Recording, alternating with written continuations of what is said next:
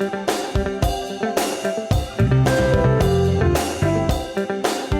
right, welcome back and thank you so much for staying with us. If you have just tuned in, we are having a conversation with Julius Malema.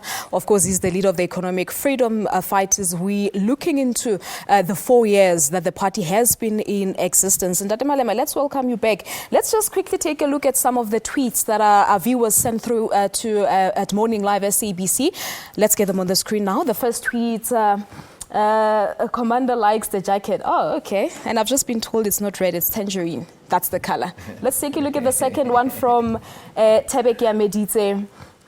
Palesa Chubizi, as per the request by King Zwelithini, ask Julius Malema if this means no more SONA disruptions in Parliament. That's the first one. All right, let's take a look at the next one. The next one from Lishole Joel. Happy birthday to EFF. We wish you many, many more years to come. All right, another one from Meresem. Happy revolutionary birthday wishes to the EFF, Hola EFF, as it turns 4. Another one is from Sipo Kid.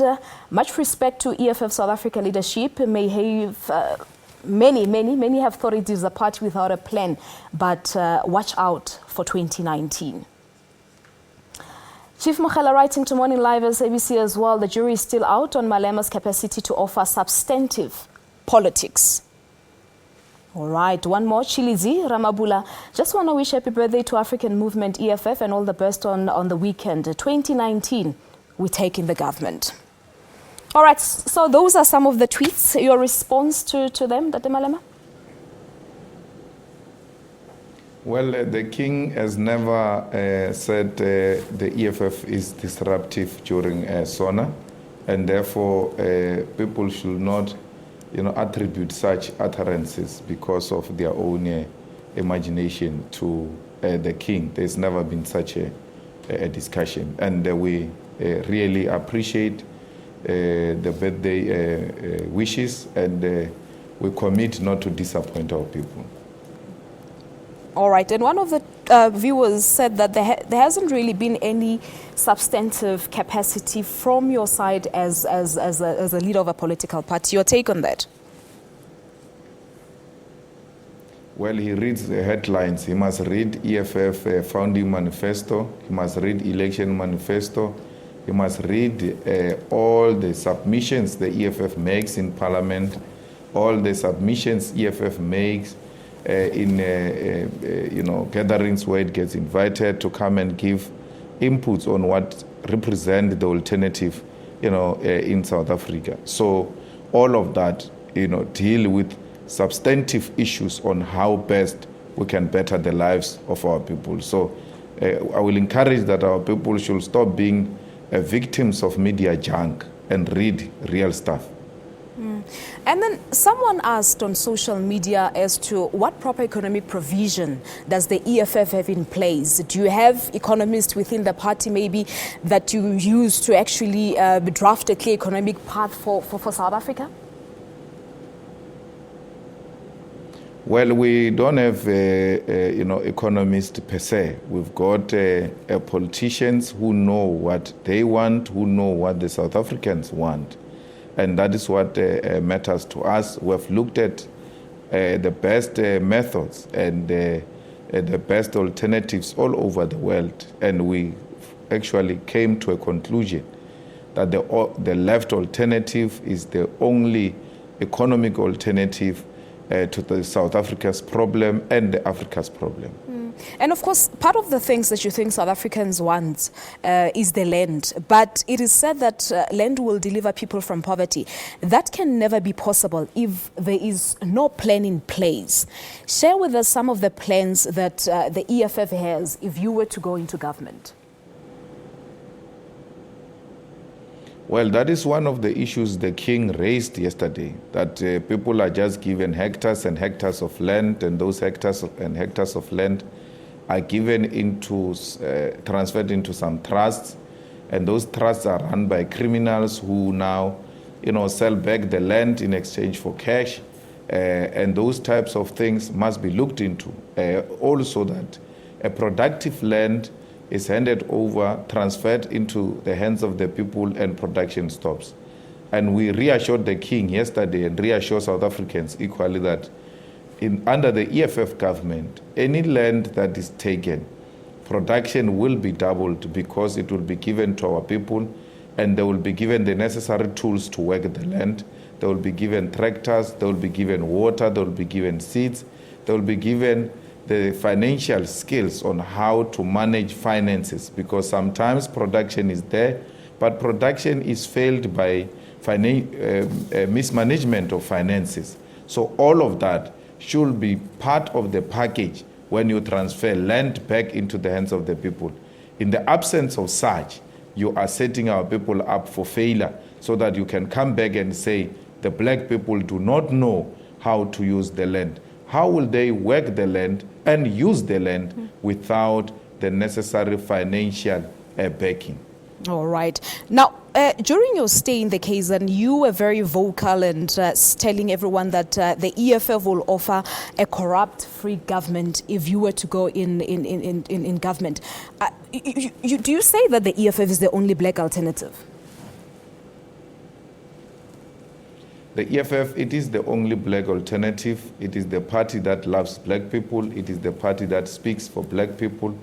And speaking for black people does not mean hatred of white people. When we say we are speaking for black people, we mean we are speaking for the poor, because black is a synonym of poor. When we say we speak for black people, we mean we are speaking for the oppressed. And therefore, you can't say you are speaking for the oppressed and then say you are speaking for whites. Whites are not oppressed, and therefore EFF is proud to fight for the oppressed, for the poor masses of our people. And you cannot fight for the poor and still be corrupt, because corruption means stealing from the poor. You are stealing the money that must build houses, you are stealing the money that must give people jobs, you are stealing the money that must provide water and electricity and give social grants to the elderly and the children. So all of that little resource that we have in the state coffers will be protected through the arrest of anyone who's found to be corrupt. All right. Let's just go a little bit to the issue of the EFF members. Some of your members seem to have a problem with some of the policies. For instance, when you said that monies will be deducted from the councillors, and some of them felt that you sort of imposing on them instead of consulting. What is your take on that? Are you a dictator? In the EFF, we use what we call democratic centralism. The decision taken by the higher structure is binding on lower structures, including individual members. And therefore, no one has been forced to join the EFF. That's why people must not join the organization based on headlines. People must read. Once you read the EFF constitution and the code of revolutionary discipline, then you will understand that the decisions of the higher structure are binding on lower structures. So if you call that dictatorship, then we are proud to be dictators. But that's how we are running the EFF. Our councillors are more than willing to contribute. I'm also contributing from my salary. All members of the leadership of the EFF deployed in the legislatures, parliament, and councils are contributing. And that issue is the one that is helping EFF to host, for instance, a 4th anniversary in a most hostile province of KZN. Without such contributions, we will not be having these successful events. We will be in the pockets of those who have money, and the hand that feeds you controls you. So we are being fed by our members, and therefore we are controlled by our members. All right. And some of the EFF supporters were not very happy with the decision that was taken by the EFF when the EFF went into a coalition with the Democratic Alliance in some of the municipalities. What do you have to say on that? Imagine if we had gone into some sort of an arrangement with the ANC, and the ANC performed badly during local government elections. They said they were going to change, they were going to do things differently. They became worse. Imagine if we had voted for them. When you vote for the ANC into municipalities, it's the same as taking an ATM machine into President Zuma's bedroom with a PIN number. you can imagine what's going to happen to that money. We are not going to make that mistake. We cannot restore the resources of our people into the hands of a corrupt organization called the ANC. So does this mean that you're done and over with the ANC? There is no way you can ever get into an arrangement with the ANC? There is no way Julius Malema will ever go back to the ANC? The ANC must first, as part of cleansing, arrest Jacob Zuma, because the arrest of Jacob Zuma means an arrest of corruption. If we are not going to arrest Jacob Zuma, then we must forget it means the corruption is institutionalized. It doesn't matter how much we disagree with the white people. It doesn't matter how much we disagree ideologically. When it comes to the country, we must put our ideological differences aside, unite to protect the sovereignty of this country. How do we vote for a party that has surrendered the sovereignty of this country into the hands of an Indian family called the Guptas? They must self-correct. They must get rid of the Guptas. They must get rid of Jacob Zuma straight into Hoshimampuru prison. Then we can start talking. All right. Now, let's talk quickly about the motion of no confidence. The EFF has actually promised to go to court if the Speaker does not grant a secret ballot.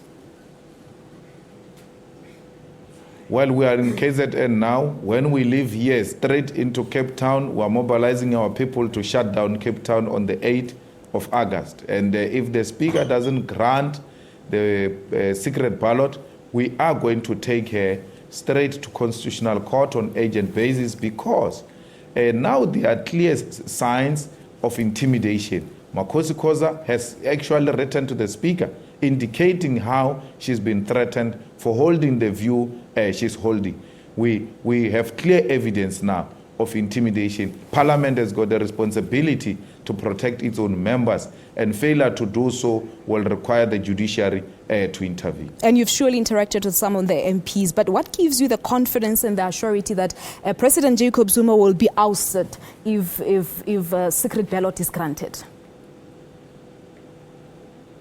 Just look at how the ANC is reacting to the secret ballot. If President Zuma was not going to be removed by secret ballot, why is it not easy to grant the secret ballot? They've been granting other motions of no confidence which were not secret ballot easily like that. This one has become a difficult thing for them because they know that they cannot trust their own members of parliament who are sick and tired of corruption of Jacob Zuma and his cronies. If they are confident enough and they know that President Zuma will still be president on the 9th of August, let them give us secret ballot. We'll teach them a lesson. All right, quickly, let's talk about 2019. What should South Africans expect? And my last question to you, do you have a mentor? Well, I'm a product of very fearless people. I'm a product of Mama Winnie. I'm a product of Peter Mokaba. The people who have confronted the most brutal and murderous regime and still emerged victorious. I look up to those people, and I derive my inspiration from their commitment towards the uplifting the poor masses of our people. 2019 is a turning point in South African politics. It's going to be a watershed moment. There will be a new government. At the helm of that government, it will be the EFF. All right, Ndata Malema, thank you so much and all the best for the celebrations tomorrow. Today, the color that I'm wearing is called tangerine. Thank you so much. Let's meet at Caris Fountain on Saturday in Durban. Thank you. Thank you so much indeed. Well, there you have it. That's the Commander-in-Chief of the Economic Freedom Fighters, Julius Malema, talking to us about the celebrations and how far the EFF has come as they are celebrating their 4th anniversary in Durban tomorrow.